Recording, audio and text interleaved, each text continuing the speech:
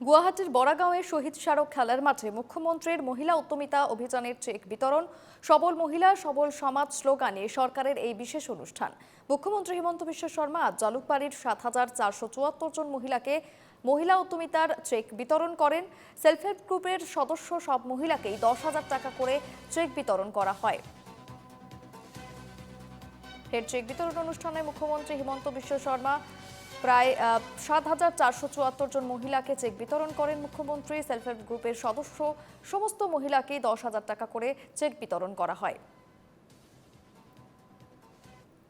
আজি আমি আপোনালোকক ১০,০০০ টকা দিছো।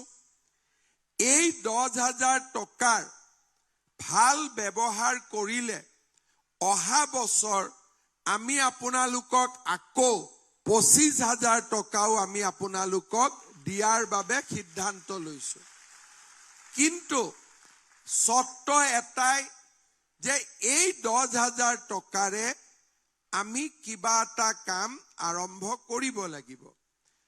এইবাৰ ২৮ ফেব্ৰুৱাৰীৰ পৰা মই গোটেই অসমত প্ৰায় ১৫০০ কিলোমিটাৰ ৰাস্তা আশীৰ্বাদ যাত্ৰালৈ বিভিন্ন অসমৰ চুকে কোণে গৈছিলোঁ।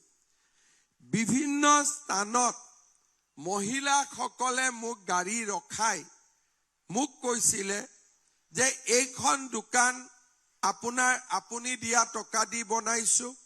কোনোবাই আন কিবা প্ৰডাক্ট মোৰ হাতত তুলি দিছিলে যে এই কাম আমি আপুনি দিয়া উদ্যমিতাৰ পুঁজিৰে কৰিছো।